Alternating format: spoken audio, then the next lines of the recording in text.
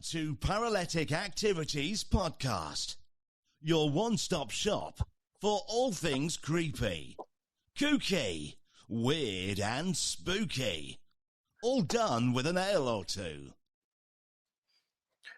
There you go. Neil, we're all good. The internet is holding out in this shite weather we call rain, Neil. We've got a storm over the Brewdog Tavern. John, it's like a car at the wacky races. The clouds only over this bar. You know. This is very true. It's very true. Do you remember what car that was, Neil, at the wacky races? What Sugarboom was it? No, what Sugarboom? Was it the General? No, I'm trying to think myself. I can't remember. It'll come to me through the show. More than likely, our guest might know. Might do. I don't know, but he might do. Anyway, people, welcome to Paralytic Activities Podcast. Episode 22. Tonight we are delving into the world of the paranormal debunkers, starting with the guy called Beardo from his channel. Beardo Gets Scared. Paranormal Ale as per normal. The Riddler is joining us for his section, The Cryptid Factor. And our new friend Seth Constantine will be telling us about the demon Asmodeus. Good old Seth. And Orange will be retelling his Lasagne story. Just for Hayley Summergill. It's a cracking story in Orange Spills the Juice. And some other stuff thrown in for good measure. And I think we might do a little movie review, Neil, on a film called Trick or Treat if we have bloody time. But, Neil, we're just going to crack on regardless whether we get good internet or not, because Riddler's in the green room, Neil. He's ready to rock and roll, so we'll get him in a minute. Neil, what have you been up to? You don't know what I'm up to, Johnny boy. I have been up to a lot, John. You know, weekends, having a few beers, having a natter. It's like every weekend, eh? But you know what we did on Sunday, don't you? Do you know when you said you was going to get to the gym, Neil? Yeah. And you said you were going to start eating the bars? Yeah. I thought you meant you was going to start eating the bars with weights on them, not eating the bars down Weatherspoons. I'm trying to hit the bars on the gamblers, actually. But I've just been chilling out. I've been doing a lot, John, to be honest, over the weekend. Just having a few beers. Oh, good beer, a chat. Neil, where did we go Saturday?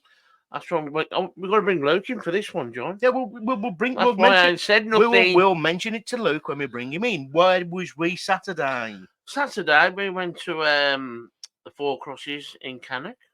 And I don't know the name of the lady that let you with the keys, John. Yeah, Leslie, beautiful Leslie. Leslie, yeah. And some photographer and his lovely wife come down from Newcastle, well, just outside Newcastle, wasn't it? And we had a bit of a town is all mine. We had a bit of a photo shoot. The fog on the town is all mine. Come on. Yeah, so I got me a couple of grapes and a banana, just in case. I got a couple of melons and a kidney dish. Yeah, right. Oh shit, that is. Just in case. I don't know what type of photo shoot it was, John. I don't know, Neil. Why did she make you take your clothes off? It's all right. We've done separate ones now, mate. Did you take yours off? No, Neil, no one did. Seriously? Yeah. What's going on here? I don't know. What's going on here? I thought we all did. But it was good anyway, wasn't it? Hopefully we're going to be in the Observer magazine in a couple of weeks. Fingers bloody crossed. The pictures look amazing. They do. It was proper professional, right, John? Yeah. You want no Kodak throwaway fucking shit. No. Just want to say as well, thanks to Mr. Dead Cold, our good friend Mark Boner. He done a little live on Saturday and he gave us a bloody good shout out again, Neil. Yeah, he's a cracking bloke, eh? Yeah, he did. He gave us a good shout out. He said, check out the podcast. It's bloody funny as fook. He said he's going to whip up the old the Robin Hood one, John. Yeah. When he come with us, the Robin Hood experience. Yeah. He said he's going to get that video sorted. God help him. You know. Neil, I went to somewhere the other day. I went to an hotel with the wife. Treated her Loch, she had been well. And we went to like the Midlands version of the slaughtered lamb. Yeah. It was in the middle of nowhere. It was full of local farmers playing darts. That kind of stuff. I asked for a bowl of soup. I hadn't got none. I asked her for the food. I ain't got none. She goes, we got spirits and beers. We got spirits and beers. And that was it, Neil. So I had to have a spirit and I had to have a beer. No, you have a dartboard? Yeah, I just said he had a dartboard. Yeah, he was going to tell a job, but I left. I hadn't got time for that. And it was called the shoulder of mutton, Neil, which is mutton, lamb, slaughtered lamb. You know, it's all. And there was a full moon, Neil. Really? There was a full bloody moon. Was I in the bedroom after? But it wasn't in East Proctor. It was in Rudesley. So, Neil, do you know what? I like to start this kind of thing with a bit of a rant. Go on, then. Do you know what's really pissed me off this week? Go on. Something what's really been winding me up recently. Do you know what it is? Go on. The size of the chocolate bars these days. John. And the amount of crisps you get in a Walker's bag of crisps. Why do you ridiculous? I know exactly what you mean. You know, even like I went to the shop the other day, I had to buy a double Snicker. Yeah. You know, because the smaller Snickers are like little piece of tan. They're like fun size bars, Yeah. Neil. Shocking. £1.25, John. For a large Snicker. I mean, that's just what you don't used to have a large one back in the day. No. You know what I mean? It's just like Are they rationing chocolates? Is it all don't Willy know. Wonka's fault? Is he? You know, he's got all the chocolates in his factory. John, it just does my head in, I must admit. I opened a bag of Walkers over there, Neil. Salt and vinegar. There wasn't even half a spud in there. Really? Half a spud. It was pathetic. I opened it. It was like opening my wages at the end of the month. It was just a gush of air. I think it's just making a fortune, John. Yeah. That's all I think. They're just tight bastards. Anyway, on a lighter scale, Neil. I tell you scale. I mean a paranormal scale. Neil, it's paranormal hour time. What have we got, kid? Well, tonight we've got one of the best companies going on, I think, in the old ale scale world. The Northern Monk. Oh. Don't tell Luke the Monk joke. And it's the Heathen Club. Heathen Club, John. Yeah. Sound like a swingers club, though, it. Heathen Club. They should come in a pack of 17. I know. Clubhouse Hazy Pale Ale, 4.6%. And it says that it's a typical pale ale, John. It's juicy, it's fruity. Nice. With a kick of citrus. Yes. You know, they're all the same, either, really. Yeah. A lot of them, man. Yeah. So I'm going to give it a bit of a whirl. Get it down Throw your it in the Gregory. glass. Stick it up your ass. And all that. No. Nice, fruity. Really, Tom, It's nice, eh? that is really nice. I I've must got one. admit, I'm very shocked at that one. It's a nice can as well, I'll Neil. tell you what, I love Northern Monk. Yeah. Remember the one we used to have before, John? Oh, The Neil. one that got us started. Yeah, but please, we need a rating on this. We've got a lot to get Right. through. I'm going to give this a 4.7 out of 5. Jesus Christ. You gave Spitfire from Poundland 4.8. Oh, die. You did. John, stop it. I'd give that a solid 4.2. So that's what I mean. 4.2. 4.2 is a good rating. Mighty get. It's a good rating in bar, but Neil, I'm not going to lie. John, you gave the other one last week 4.8. Because it was better than that one, Neil. That's why. That's beautiful. That is, I don't John. mince my words when it comes to the old ale scale. That's really nice. Anyway, we've got the beers going. Intro's done. Let's crack on with the episode. Neil, we've got someone in the green room. Who? He's come all the way from the gloomy parts of West Bromwich. He's exited his cave Right. and he's ready. He's in the green room, Neil. I'm going to bring him in now. It's the one and only, the Riddler Walker, our cryptid expert. Let's bring him in. All How are you right, bl- then, mans. All right, me mon. How are we doing? So this has been a long time coming, Luke. You know, being our cryptid expert and all. Yeah, it's nice to be alive. I've been in the green room.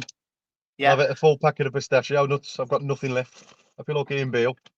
At least you've come out your shell. This is Yeah. true. I've So nearly you're finished gonna my tea. Christ me! Christ me! You should have put your I've glasses got our on. Gary Poundland to keep me company. Yeah, I'll give it. I'll give it a solid 4 on the tea tally because it's gone cold. To all our American listeners, check out Gary Poundland on Bookface. You won't be disappointed. You might need Weird some Arseholes podcast. Weird Arseholes podcast. Go and check it out. Anyway, Luke, you've got a cryptid for us. So before we play your intro music, who have we got? We've got the one, the only, the Bonnie Wee Lassie. It's only Nessie. Oh The yes, Loch Ness monster. I love Lionel Nessy. I do. What a footballer! Never knew he was a cryptid. I know he's a funny fucker, but I never knew he was a cryptid. But yeah, but Lionel Nessy We'll have some of that. Anyway, look, I'm going to play your intro music and then just take it away. Crack on.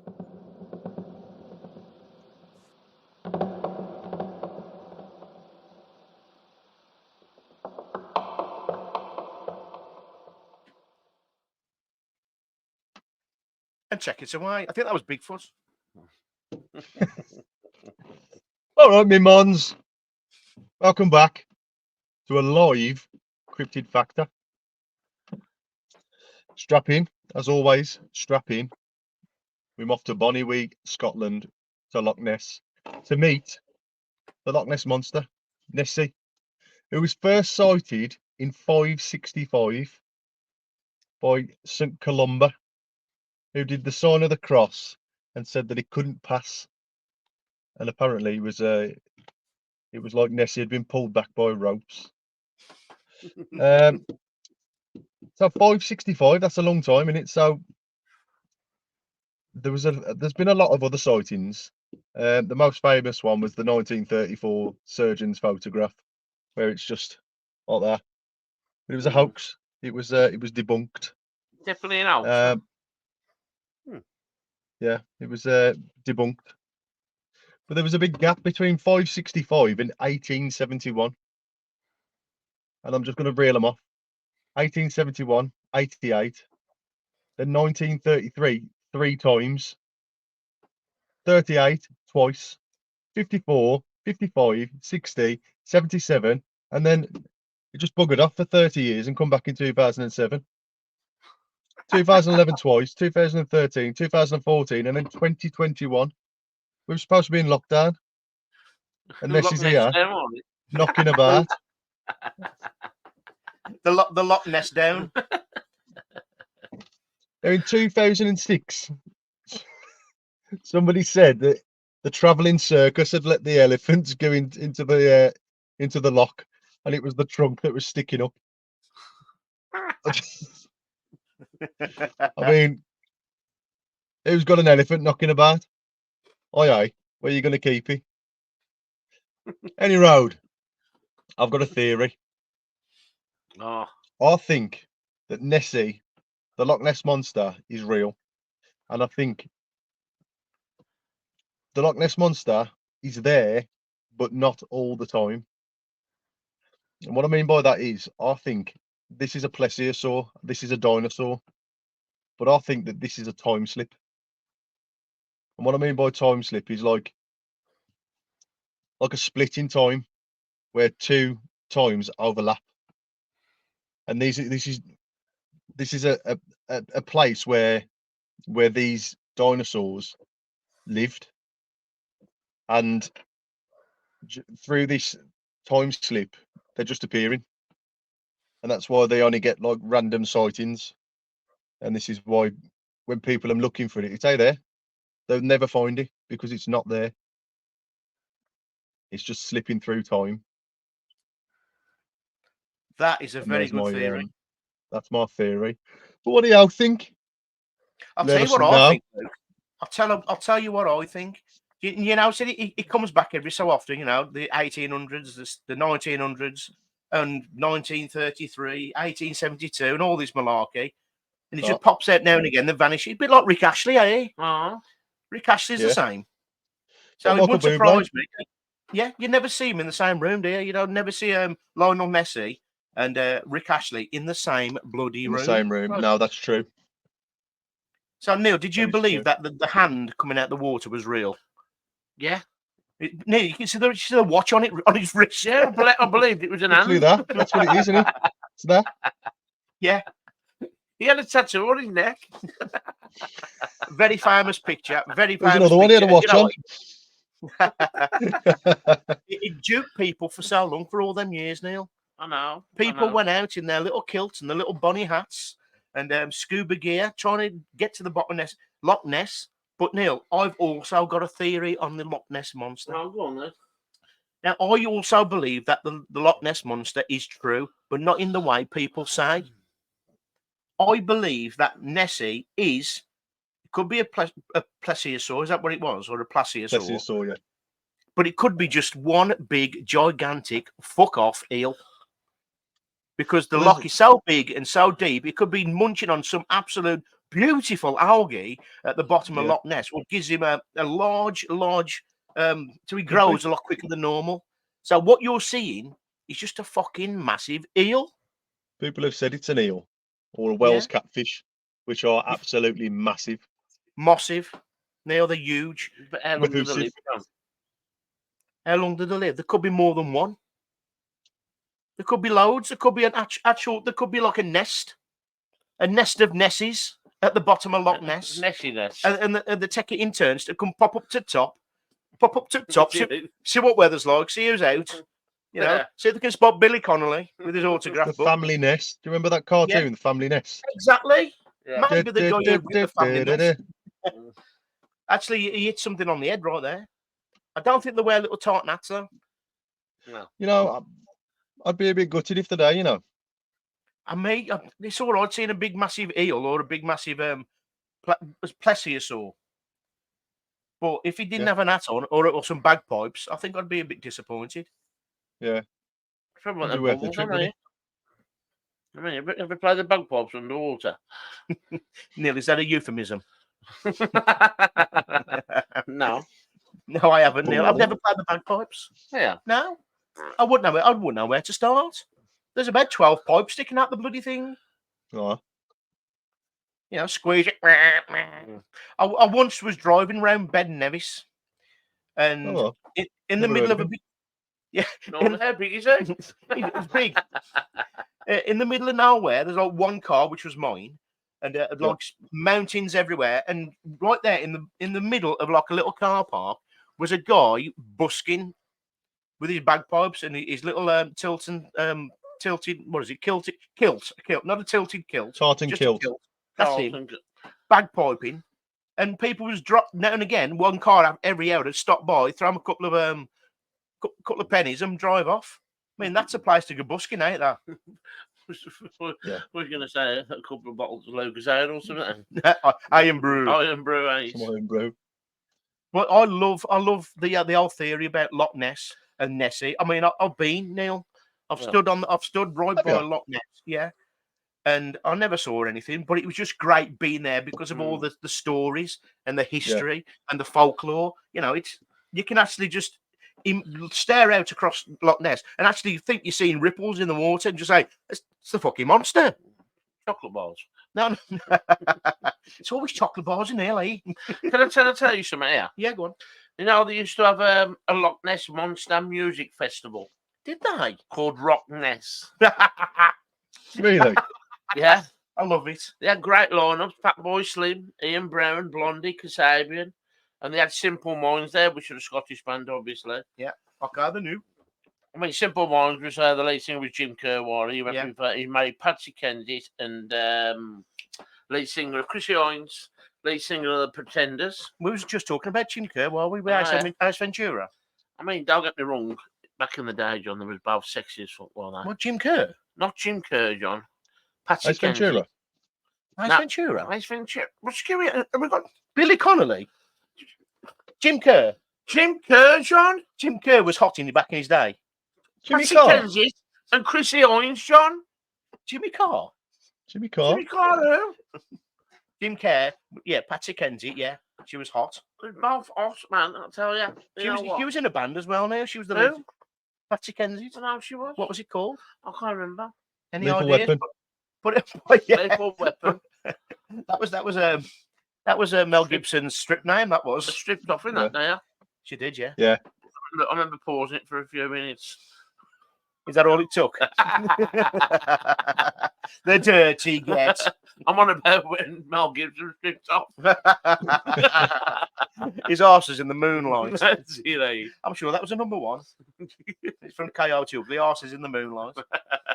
Can't believe Leanne Rhymes sang about Mel Gibson's ass.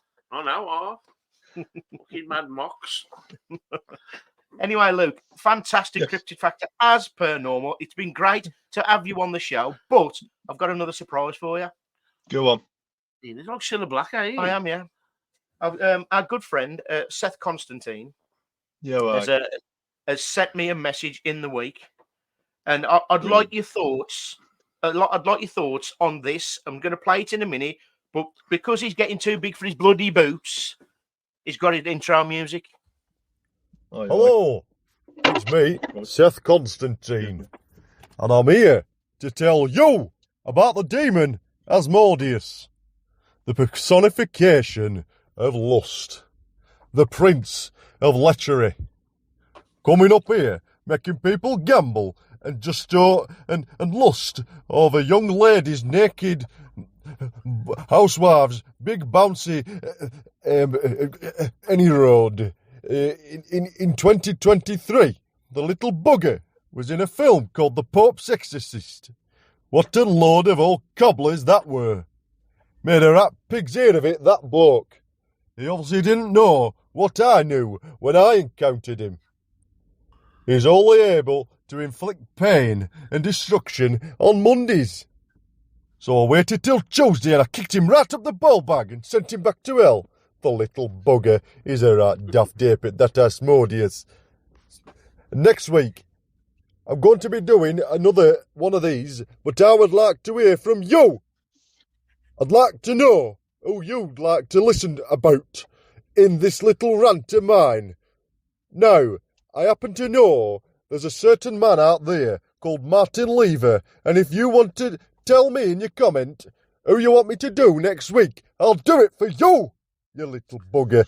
Don't give me no rubbish ones either, you daft apit. And John, get my audio right this week, because last week it were all wobbly and grainy, you little bugger. Any road. I'll see you all next week. Ta-ra a bit. Cheers, Seth. Thanks for that little message. Brilliant. So, Neil, what do you think of Asmodeus? What do you think of him? Asmodeus? Yeah. What's that even done? Rock Me Amadeus, John? No, he done Rock Me Amadeus, not Rock Me Amadeus. Oh, Falco. I've got a fact on Falco anyway, John. Go on then. He was an English professional footballer who was a striker for Spurs, Watford and Rangers. Neil, that ain't the same Falco. Ain't No. And he don't play for Brazil either. He's English. You You've got a big dog's head, do you? Huh? What are you, a big hairy flying dragon? Oh, Falco, an Australian musician. Yeah. John, do you know he died in 1998? Did he? When his rental car got struck by a bus. Bloody Nora. Well, that's the truth, that is. That's the truth and all truth from and the big song they had, Rock Me Amadeus. Neil, there's a line in that song what always gets me, and I'm sure he says, sorry about my language, I'm going to drop the C word. He says, monkey's cunt. Listen to it. Monkey's cunt? He says monkey's cunt. It was in 1885. You're the one to below that. No, it just sounds like it, Neil. What did you say then? It sounds like monkey's cunt. Yeah. I'm not going to say it again. I'm not dropping the C word 3 times. 4 times now. Someone go knocking my bloody door. So, yeah. Luke, what's your thoughts on Rock Me Amadeus? Amadeus. Dr. Seuss. He's one of the 7. He's the personification of one of the 7 deadly sins, isn't he? Lust. The dirty get. Yeah. Is that what it means then? Rock me up? No, Neil. Will you get Rock Me Amadeus out your head? Well, I've been told that he's got like he's got a head like a bull. Is that right, or something like, or a goat? Something and like that. Yeah. And a tail of a serpent. What's all that about, Neil? Well, I'll just knock about as just look. You know, he does appear as a man, doesn't he? Just a normal appears man. As a man. He appears as a man, but he's got an head of a goat, a tail of a serpent, and apparently he walks around with a limp. It sounds like you're not for usual suspects. Even he's on benefits. Probably got 2 legs that are from different animals. Now, the reason he walks with a limp, Luke, is because he's got a giraffe's leg. No, he's got legs of a rooster. Really? Yeah. He's got the legs of a rooster, and it's like someone has just put all these bits together and made Asmodeus. Probably off the island of Dr. Moreau. They had a gang up, the gang bang up the zoo. But I'll tell you what, some of the things he's done through all his years are shocking. He's had something to do with Adolf Hitler. He was something to do with the Night Stalker, and then he had something to do with Russell Crowe. Russell Crowe in the Pope's Exorcist. Oh, wow. Do you know what I mean? In that god awful film, the Pope's Exorcist. I don't know if you've watched it, Neil, but it's not very good. No. Stick to Gladiator, Russell. That's all I'm going to say about that. Gladiators. And me. We are. Wolf. I used to love Wolf, John. Oh, talking of Gladiators, and I'm going a bit off topic here, but Wolf has said, now to all our American listeners, the UK also do Gladiators. And in the 80s, 90s, we had one of the top ones was called Wolf. He's now in his 70s, and he's now stating that he could take all them on. Whatever, all the new ones. Wolf, he looks nothing like a wolf now. He looks like he's bald. Like old yellow. It looks like a worm. It looks like a worm. You look like Michael Bolton there. Yeah. Now it looks like Anthony Bolton. Come on. Why? I'll Anthony don't watch these. Yeah, dead is he? No, John. Rest in peace, Anthony. Have some of that. Have some of that. Well, yeah, I'm glad we've met this friend in Seth. Yeah. And he loves his demons. Hey, bud, is he? Yeah, he's sound. And you know what? He's bringing a new little cutting edge to the show. Yeah. And apparently he's got another 88 demons to get through. Jesus Christ. Yeah. He's got quite a few. I can tell you bloody that.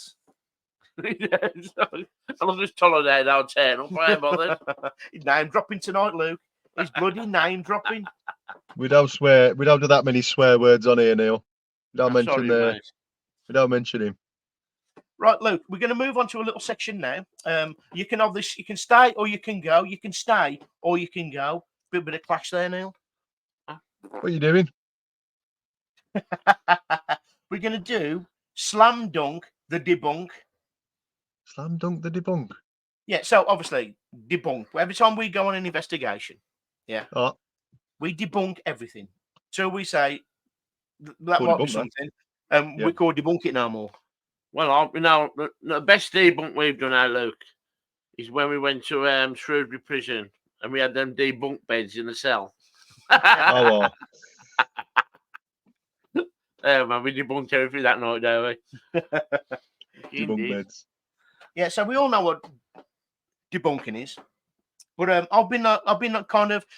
going to start with this kind of section this way. Do you know how people say that you go on a journey? Yeah. In the paranormal field, people say you go on a journey. It's how you're learning all the time. Bit like Britain's Got Talent, you go on a journey. X Factor, you go on a ruddy journey. Bilbo Baggins, you go on a bloody journey. Well, me personally, have been on a so-called journey, but not that kind of journey. For example, I used to believe ghosts exist everywhere all the time. And that was down to Most Haunted and things like that. You go, I need to go on a bloody ghost hunt properly because I'm going to see a bloody apparition. Something paranormal is going to happen. Guaranteed, because it happens on the telly all the time. You know, just check out Ghost Watch. That's the problem. Yeah. So obviously then we went on some ghost hunts and then you think, hold up here. It's nothing like the telly. It's nothing like you see.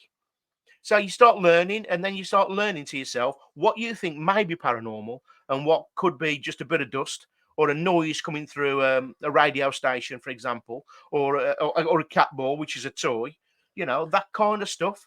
So you learn as you go along, you go on a little journey. Now, some people stay on that journey, think everything's paranormal, everything's a ghost, everything's a demon. But us as a team, we learned that we've kind of debunked as we've went. And we've got to a stage now. We've got to a stage now where you're lucky to even think that anything remotely paranormal happens when you go to these so-called haunted locations. Yeah. So that moves on now to social media. So we've done all the investigating ourselves. We watched all the telly programs. You know, you got TikTok, you got Facebook, you've got YouTube, which is a massive one for the paranormal. TikTok's getting bad as well. So you start watching like Nuke's Top 5. You watch like Ouija Brothers, which is sound. You watch all these shows, and then you realise you're watching them going, actually, what they're getting on their YouTube channels is not what you get when you go out to an haunted location. It's far from it. No.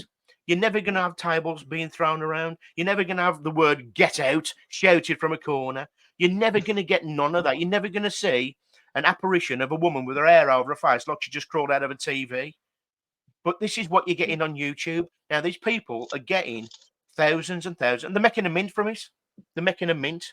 So there's people out there now, and they're cropping up every single week, and they are debunking all this paranormal garbage on YouTube, on TikTok, and they're popping up all the time. And you know what?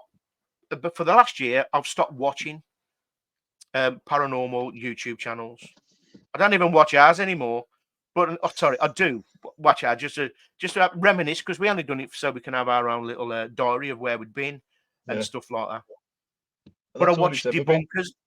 Yeah, so I'll watch debunkers now. That's what I do. Okay. And one of them, which I watch and is very good, and I've got a lot of time for him, is called Beardo. And he's got a channel called Beardo Gets Scared, and he debunks all these YouTube channels, and especially paranormal teams who just do it for views, basically. And that's what he does. So I'm just going to give you a little synopsis on the man they call Beardo. So his description is: welcome to Beardo Gets Scared, your go-to destination for spine-chilling adventures in the realm of the paranormal. Join me as I fearlessly debunk mysteries, engage in heart-pounding live streams, and navigate the darkest corners of horror gaming, which I'm going to have to check that out. Now, brace yourself for a journey where skepticism meets the supernatural, and let's unravel the mysteries together. Subscribe now and all that good stuff. So the reason I'm doing this, Neil, the reason I'm doing this, like I say, I don't watch paranormal YouTube or TikTok and none of that no more, because it's 99% of it's all bullshit, apart from the Ouija Brothers are real, guaranteed. Dead Cold, real, guaranteed. And that's where it stopped. I don't really watch anything else. But the other day, Beardo debunked and called out fake a team what have drove me mad for 2 years. And Neil will know what I'm on about. I don't know if I mentioned it to you, Luke, but basically there was 2 lads who just thought screaming in a car was funny. And it got to a stage of being so irritating, I had to block their channel. I had to block them on YouTube. I had to block them on Facebook. But it was pathetic. There was like little kids, but there was grown men. Do you know what I mean? They were just screaming, basically, in the car, trying to be funny. But they make good videos of going on ghost hunts and investing in abandoned places and stuff like that. So when I saw that Beardo debunks ghost theory, I thought, right, I'm watching that shit right now. I went a bit Seth then. And so I did. And you know what? Fair play to him. Fair play to these debunkers who are actually trying to cut out this cancer of fake paranormal out of the mainstream of social media. Because you know what? It makes people like us who do it as a hobby, because that's what it is, but do it correctly and do it real and honest, makes us all look bad. Yeah. And people like Beardo are now pulling these people out, telling them that you're fake. But the reason, what gets my goat about these people is if you go on their channel and you slate them, they'll slate you back and they'll block you and this, that, and the other. In other words, they know they're fake, but they're not admitting it. That they are duping the public, basically. Yeah. So all I'm saying is, fair play to Beardo, fair play to all the other debunkers. Keep up the bloody good work. Neil, what have you got to say about that? What can I say about it, John? And another good thing, Neil, right? Cheers for that. Yeah, go on, carry on. I've got to. No, go on. Good chat. I've got to sort something out. I forgot about this. Carry on, Neil. Ben Elton started, eh? Carry on. You know. Yeah, I totally agree. You know, some people have got a full investigation setting up the equipment, John. Yeah. You know what I mean? Yeah. Like, everything's happening, you know. I got strangled, this, all the bollocks, man. I got punched in the chop holes. Yeah, that's what I mean.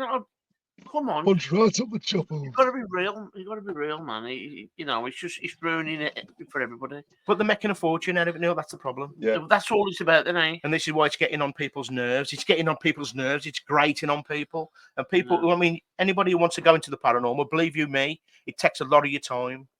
Takes a lot of time preparing. Takes a lot of time getting there. Takes a lot of money. Takes equipment, charging. Takes days, and then you There's got a to lot do of all the wasted video. time. A lot of the video. So you're looking, one investigation could take you up to nearly a week to get the video out there. Yeah. So Yeah. if you're going to fake it all, what's the point? Yeah. The point is because they're getting views. That's why. But they're duping people watching it. The people still think it's real because they haven't been on the journey. Luke, see where I was going They've with that. not been on the journey. So basically, before they've ever been on the journey and done, what? been on the journey and even been on a ghost hunt or a paranormal investigation, whatever you want to call it, right? Yeah. They're already brainwashed. The brainwashed. Yeah. I think a lot of You it is know, people it's want like to suicide believe bomber. stuff, and they want to believe it so badly that they'll just try and convince themselves that they've seen something, and then Yeah. everybody else going, "Oh, this is fantastic," is just validation for them. Yeah, it's right, is. man. It is. And And if I'm glad totally there's honest, people- you need to get yourself a life. Not you two. Yeah. This is why I'm glad these debunking channels are popping up. Because hopefully it'll eventually put a stop to all the guff and people will start saying, do you know what? That's bullshit. That chair didn't fly. Yeah. I did that Hoover didn't get picked up and thrown across the room. I didn't get punched in the chop holes by an invisible force. Yeah. AKA You Barry ain't Guy. Yeah, you ain't been know what I mean? possessed by an old army soldier either. Or This is true.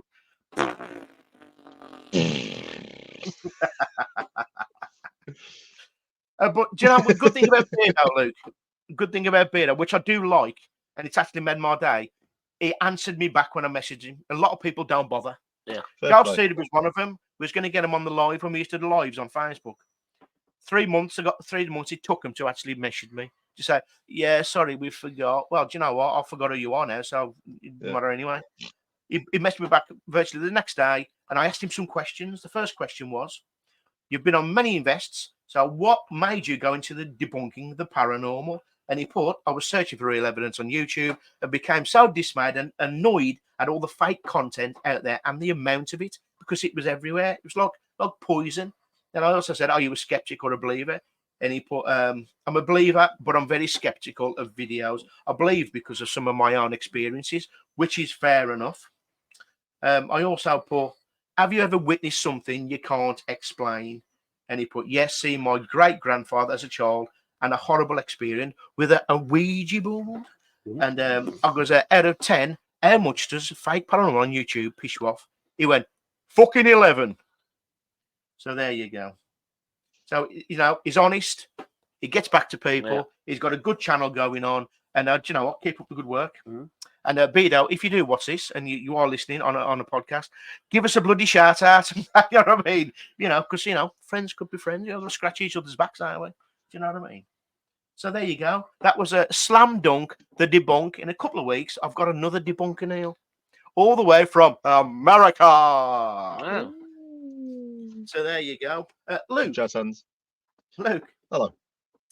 You know this guy next to me here? Hello. Yeah, Orange. Right. Yeah. Hello. Well, we all know that we do a little section called Orange Spills the Juice. Oh. And do you know what, Luke? What? Someone has been asking for this story. So he's going to retell it right now. And Luke, it took you 4 months to hear the ending of it. It's only it's the Lasagne files. The Lasagna files.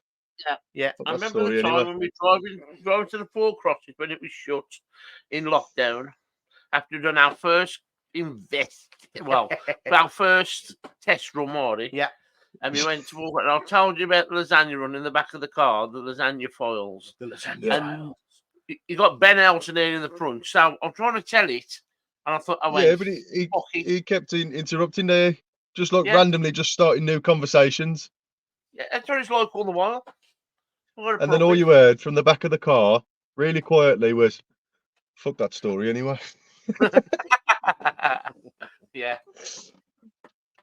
But, you know. Yeah, so we'd like to say, look, we do a section called Orange Spills the Juice. Now, we all know Orange is the most unluckiest, clumsiest person on the planet. He's the only person who can get can trip over a wireless network or get hit by a parked car. So Yeah. the other day he went to Morrison's, he bought a banana He peeled it and there was no banana in it.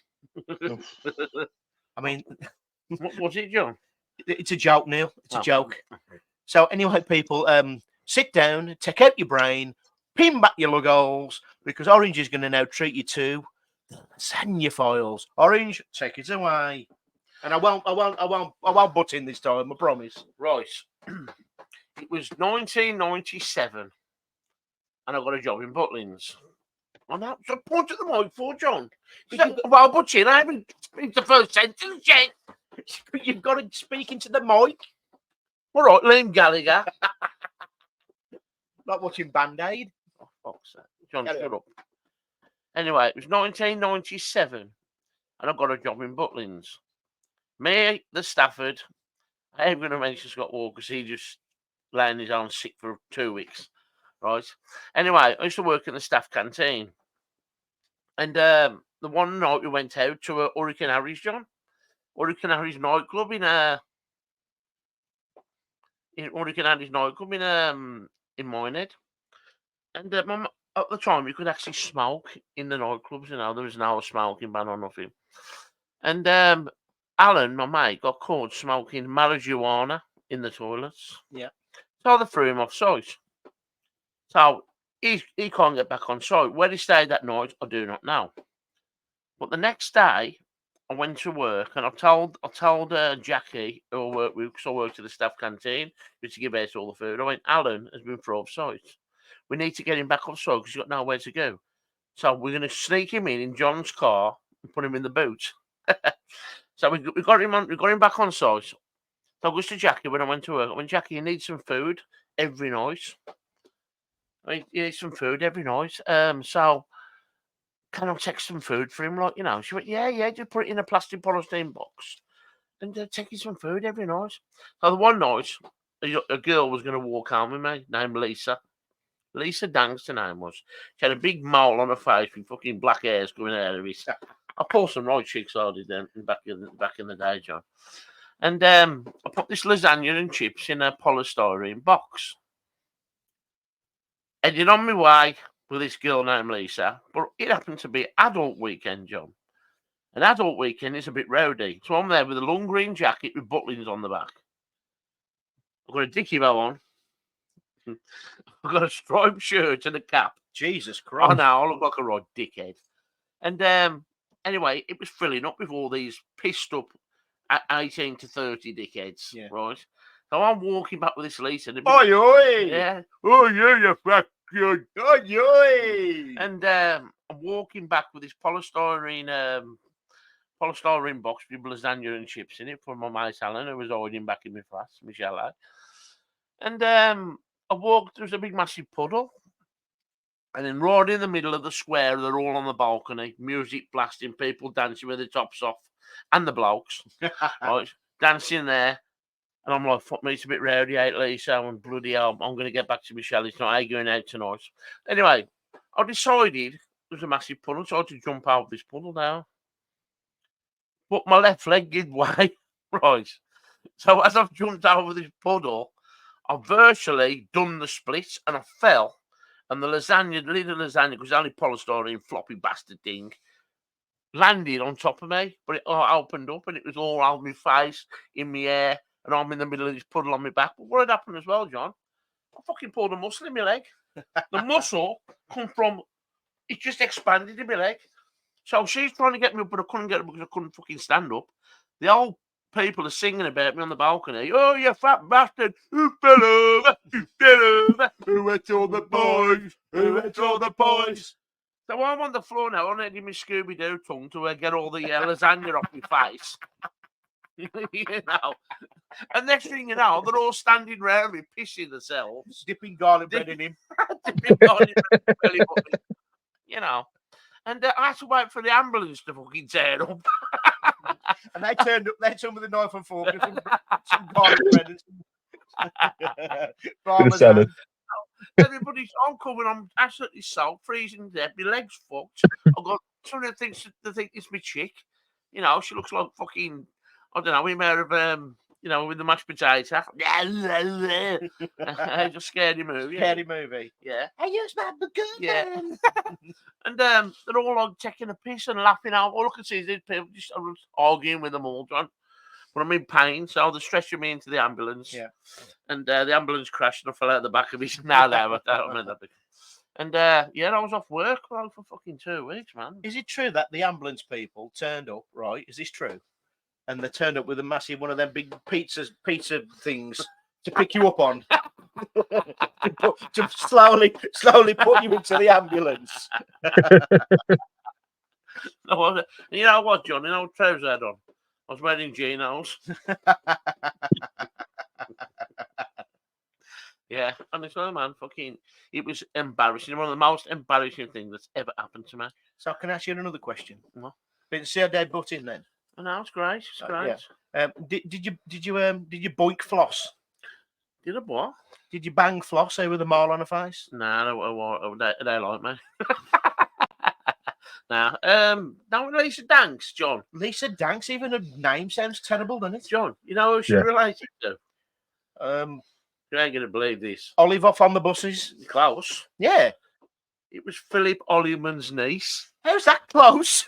Olive Olliman's. Okay, yeah. You know what he looks like, don't you? Oh my His god. face looks like a drop pie. He does, yeah. Is he on a perm? He had a job in a field, scared in the crows off the corn. Yeah, honestly, lovely bloke. Yeah. He was saying I ain't seen him for years, like, but yeah, she was a bit rough.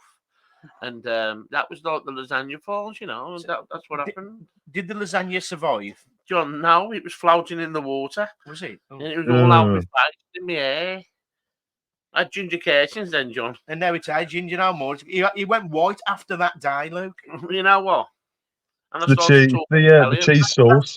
That's bechamel on his hair right now. That's the one. Bechamel, the white sauce. Yeah, but yeah, that was very, very embarrassing. Horrible people, man. Looking, I mean, you're on the floor, everybody's looking over you, laughing and taking a piece. Yeah. Yeah. Like Sid James. Sid James. Anyway, Neil, that is one of my favourite orange spills the juice, and it's I'm glad I probably stayed for that. Luke's favourite as well. So I do like that story. That was all for our Hayley. She asked about it. Oh, bless you, Hayley. Yeah. You will The do biggest for us, fan. You will are. Anyway, Martin Lever. Yeah. Anyway, Mr. Riddler, it's been an absolute pleasure having you on. It's been a pleasure to be on. Absolute bloody lovely. Thank you very much, you too. Me mum. Fantastic. Now you can go back into your cave and research your cryptid for next week, please, if you don't mind. I'm going to do myself a cup of tea in my Poundland cup and get rid of all these pistachio shells. Beautiful. And on that note, on that bombshell, pal, we'll see you next week. Yes, you cunt. Ta-ra, me mons. Ta-ra. Hey, me mons.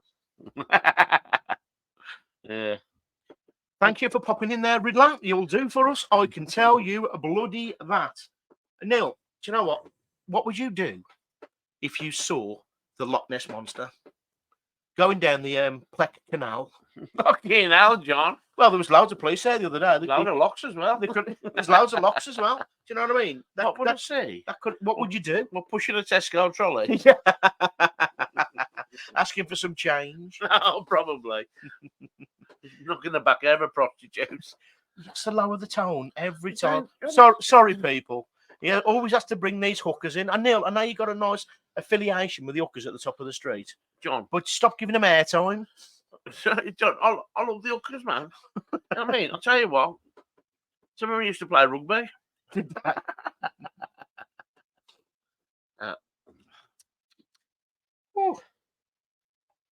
I know. On that bombshell right there, people, we are going to go straight in to my favourite section. Neil, you like a good milkshake, don't you? Yeah, I'm going to have one of these now. Crack it open, pal, but before you do, get your choppers around this.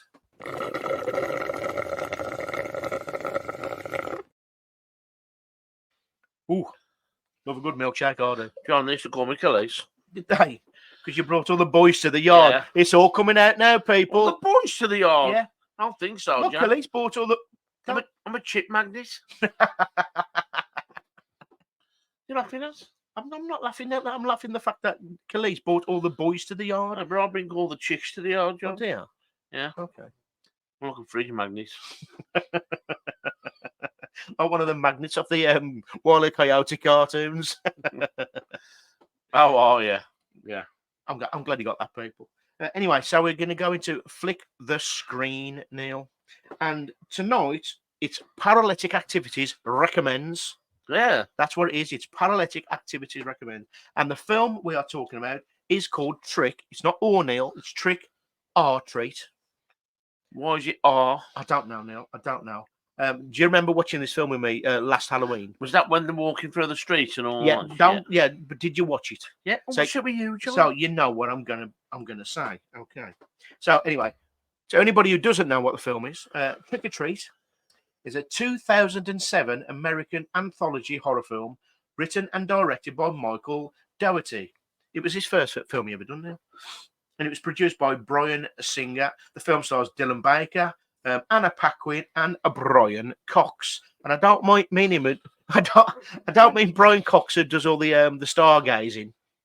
Oh, It's not him. You know, he was the bass guitarist from that band in the 90s. Dream, yeah. No. It's not that Brian Cox, Neil. It's the actor, Brian Cox. well. And the film relates to 4 Halloween horror stories with a common element. Sam, a trick-or-treating demon. He wears orange pajamas and he wears a potato sack on his head. Now the character makes an appearance in each of the stories whenever one of the other characters breaks a Halloween tradition, Neil. Yeah. So this is why you should never, ever break a Halloween tradition, as you well know. So, Neil, you've saw this film, right? Quickly, did you like it? What I remember of it, because we didn't watch it this Halloween, we watched it the Halloween before. Yeah, but when you watch a film... I loved it. I remember saying to you, that was brilliant. Did you drown at the time? Was you in the Plet Cup with Nessie? No, John, that was brilliant, man. I really, really enjoyed it. And I'd love to watch it again. Yeah, we can, because I'd watch it any day of the week. Don't have to be Halloween, does it? No. So in the opening scene, Neil, there's a girl called Emma and a Halloween-loving hubby. They return home after a celebratory night, and she, even though it's Halloween, still Halloween, Neil, and the bitch, right, says, take all the decorations down, Halloween's over. It's still Halloween night, Neil. So he goes, all right then. He goes, can we watch some porn and have a bit of way? And she goes, yeah, of course you can, yeah, but you got to take all these Halloween decorations down first. So he goes, all right, and so he goes in and he falls asleep. And she goes, well, I'll do it myself then. But what you don't know is Sam, the Halloween traditional demon, is sat over the road watching her. So while she's taking him down, bosh her over, kills her. Do you know what I mean? Yeah. He mutilates her basically with the Halloween decorations. Now, there's another character called the Principal. And what he is, he's a bit of a sicko, Neil. He's a serial killer, basically. That's what he is. And this big fat kid walks past his house and he goes, oh, fat kid, you want a chocolate bar? And he comes up and he grab one, he grabs about 20 because he's a greedy little bastard. John, he's a greedy so the principal goes, sit your ass on my step, I'm going to teach you a lesson about Halloween trees. You only should take one, don't take an handful. Right. Yeah. What I'm saying to you is all fat kids are not greedy, John. I never said there was, but he was in the film.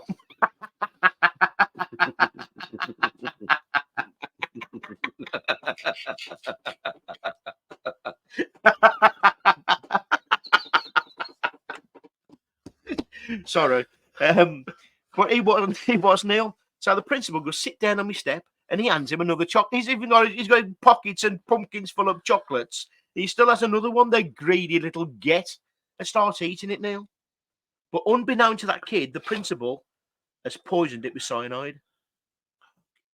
So obviously the little kid starts throwing up and dies on the step. So he takes him into the house, and his son's in the house, doing some Halloween crafts. And he goes, Dad, can we carve a pumpkin now? And he goes, yeah, hold up, I've got something to do. So he wants to go and bury this body in the garden, basically. And the kid's in the window going, Dad, can we carve the pumpkin now? And he goes, all right, then, you little shit, I'll be up in a minute. So as they get down to the basement, he picks out this knife, the principal does, yeah? And you think he's going to kill his kid, but he don't. The fat kid's head's on a turntable, and they're carving his head into a pumpkin. Never. They am, Neil. They're having even the kids on it and all. Like they're just cutting up a swede or a turnip. They're cutting up this fat kid's head. Now, It's wrong, that is. It's wrong. Now, like I said before, all these stories are linked. They're all linked. So the principal has already been swanning around the town dressed as Dracula, trying to kill people because he's a serial killer. Yeah. The next one is the Halloween school bus massacre. Back in the day, there's all these. I don't want to say what you know. Not read. You know what I mean? Like special kids. The special kids. They're on a bus. What are you going to say? Mentally unchallenged. Yeah. I don't want to say that the word. Yeah. But yeah, they're on a bus, all in Halloween masks, and the bus driver has been paid by their parents because there's such a burden on them to go and drive the school bus over a cliff and into the lake. What? Yeah, and kill them basically. So all the parents have had enough of these bloody kids, and they paid the bus driver to kill them.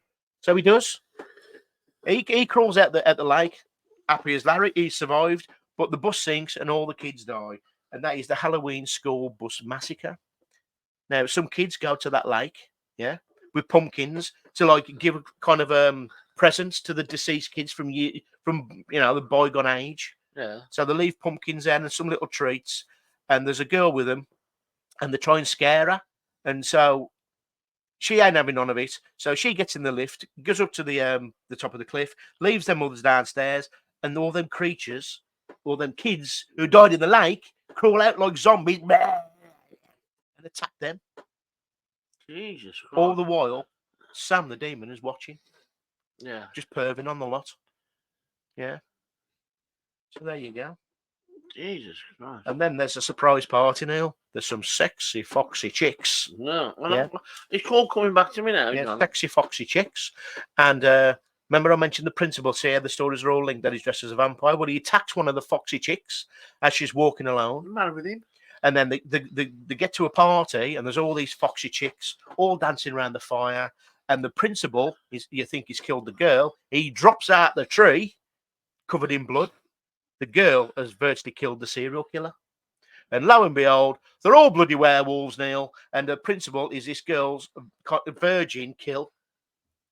Right. So the principal is now going to be eaten by loads of werewolves. So there you go. That's another story. But the old package all winds up with Sam, the demon, ends up in the principal's neighbour's house, Neil. Yeah. Yeah. And starts attacking him, the neighbour, Mr. Krieg, who's played by Brian Cox, the scientist. Oh, yeah. Yeah. And you find out that Sam he isn't just a boy with a sack on his head, he's a demon. And he's filled with all the seeds out of pumpkins and stuff like that. Oh, yeah. So he attacks Mr. Krieg, and Mr. Krieg gets his own back, and they have a little scrap, and a bit of uppercuts, a bit of punching, this, that, and the other, bosh, bosh, bosh, and he shoots him with a shotgun. And he's dead. Sam's dead now, the demon's dead. Hmm. Or is he? Oh, this is a twist. So he gets up, Sam does, goes over to old Mr. Krieg. Mr. Krieg gives him a chocolate bar. Sam goes, cheers, pal, and fucks off. Because he didn't break an Halloween tradition. He gave him a candy bar. Ah. And Sam buggers off. You think, great. Oh, Brian Cox, the old scientist, has survived. He's survived, Neil. There's a knock at the door. Oh, no. Mr. Krieg, oh, shit. Who's that? That a demon kid again. He opens the door, Neil, and all them zombies from the kids from the bus who fell in the lake are at his door, Neil. All of them? All of them. Yeah, I've got enough traits. All of them. And do you know why? Because Mr. Krieg was the bus driver. Oh, I've just had a shiver up my spine, John. Mr. Krieg was the bus driver. And the film ends. Jesus Christ. It's a fucking cracking film, Neil. I tried to give it, like, I couldn't go all into detail about it because we're running out of time. But it's a fantastic film. I love it. I love it. I've got a couple of quick facts for you, Neil. Yeah. Somewhere. So many of the kids who were trick or treating in the film, there wasn't actually kids. Right. That was little people. That was dwarves, Neil. Dwarf. Yeah, there was dwarves. All the kids in masks were all dwarves, and the reason is because the parents will let the kids shoot at night when they wanted to do the film, so they used dwarves instead. Yeah. Yeah, and another little fact: Brian Cox, the scientist, he's not the scientist. I keep saying the scientist. He's the actor. Yeah. Now, Brian Cox's character, Mr. Krieg, was based on John Carpenter, the director of horror classics Halloween and The Thing. Now, Mr. Krieg says, "You gotta be fucking kidding," while Sam's severed hand runs across the floor. And in 1982's John Carpenter's The Thing, Palmer said exactly the same line while Norris's head ran across the lab on Spider's legs. Little Easter eggs there, Neil. Yeah. Little Easter eggs. So, to wrap it up, we've run out of time. I wanted to do a bit more on Trick or Treat. But, Neil, give me a score out of 10. For an Halloween film? Or Just an horror film in general. Horror film. Even though it's an Halloween film, it's still What an I horror film. remember of it, and it's brought a lot back because I've only seen it once. I remember when I watched it, I went, that is fucking superb. So I will give that, as a film and an enjoyable film and all the twists and always something going on. Yeah. I'll give that a 9 out of 10. A 9 out of 10? Oh, well, Brilliant. deserves it, John. Yeah. Well, I will give that a paralytic activities rating of 8.5. You know. So, really, with a 9 out of 10 and 8.5, it's an 8.7. Solid film out of 10. Yeah. 8.7, Neil. To me, is a fantastic score for a film which is very low budget. Not many people bloody know about it. It's quite obscure. Yeah. But it's a great watch. And it don't stop from minute to end. There's no boring bits at all. Oh, yeah, I remember, yeah. And it's 4 different stories all rolled into one. It's a bit like Pulp Fiction for horror. Yeah. Do you know what I mean? And do you know what? Sam, the little demon pumpkin Halloween traditionally little get, I think he should be up there with as a horror villain from now on.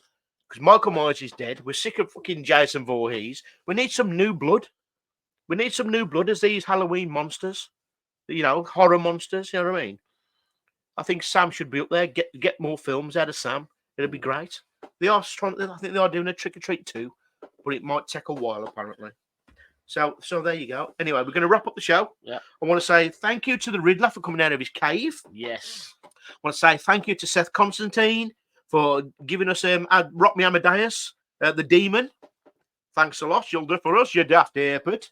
I want to say, Beardo, please go and check out his channel on YouTube. Beardo Gets Scared. And then he'll open your eyes because all what you see on TV and on YouTube, 90% bullshit. And he channels like Beardo's will actually show you how they do it and how they fake everything and this, that, and the other. So go and check it out. Beardo Gets Scared on YouTube. He's now on Facebook as well, I think. So, yeah, go and check that out. Neil, any last words? Yeah, I had a little Martin Lieber today, John. Yeah. I was on about something and I said, yeah, went down quicker than a prostitute's knickers. Yes. Right, on Facebook. And he's turned around and said to me, they don't wear knickers no more, John. I said, how the bloody hell do you know? Yes, Lieber, how do you know? He said, when he used to go litter picking, he used to find the knickers. But now he don't find none. Yeah. I'm just saying. I said you should want to start and give clitter picking. Yeah.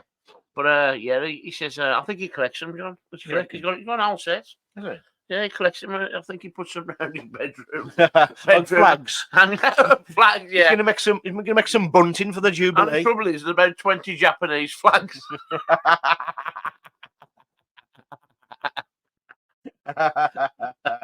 Or he could go and watch Tom Jones and throw them at him. Yeah. Like a case full of them. We'll have some of that, Tom. That's probably what he tells you. Knocks him out. Yeah, I'm lucky I am to me. You am.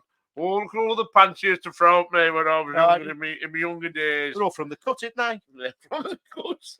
The canal. That's what they're from. Yeah. The dirty get. He's got a great sense of humour. He has. Anyway, you'll do for us, I can tell you. That's episode 22 done. 22, John. 22 done. So, anything to add? No, we've done all that malarkey. Neil, we've got a saying, and I'm going to kind of take it over to you. How's the saying go, pal? Right. One you start the bit. No, I'm going to. I don't know. We've been doing it for 4 years, Neil. Yeah. What is it? Right, to all you cryptid stalkers, you made all this shit, but I invented it, but you made all the stars of it. Go on, then. There, yeah. Carry on. Go on, what You're doing well. for all you cryptid stalkers, and anybody else that's doing on paranormal events this weekend. If you don't get no spirit, Oh, that's pathetic. exactly. You've there missed you half go. of it out. Go on then. Okay, here we go. Let Yeah, write it down, has he? let the professional have a go. Yeah. Well, who invented the saying, John? We did. Me. It's debatable. Anyway. How dare ya? Anyway, to all you cryptid stalkers out there, to all you horror junkies, That's it. to all you alien twitchers, Yes, you made all that shit up. to you ghost catchers out You there, made that up as well. Eh? if you are out investigating this weekend, This is what I made up, people. just do what we do. Neil, come on then. Come on, gobshite. Ah. What do we do? If you don't get no spirits, drink them instead. And on that bombshell, people, thanks for listening. Share it around, leave some comments, do all that good stuff, and you'll do for us. I can tell you that. What do you do? Shit into.